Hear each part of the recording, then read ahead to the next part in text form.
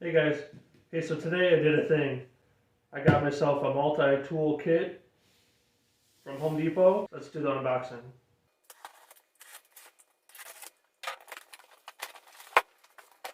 Alright, well maybe I should have said unbagging, but this is what we got. Home Depot is running a sale. I believe this kit was $300, but if you spent like $200 in store, you got an additional $100 off. So I got a 6-tool kit for 200 bucks.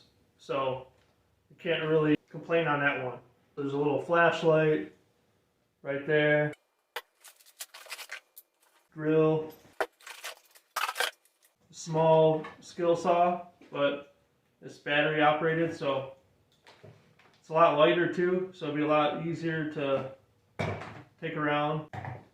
Came with a multi-tool. This will come in pretty useful when you're doing trim work and stuff. I didn't have one of those, so that'll be cool. Power drill, sawzall. Again, these are all mobile. And then, obviously just the pieces for the multi-tool and battery, charger, and 2 batteries. So people can harp on Ryobi all they want, but quality-wise, for the price, you can't really beat. Can't wait to put these to use.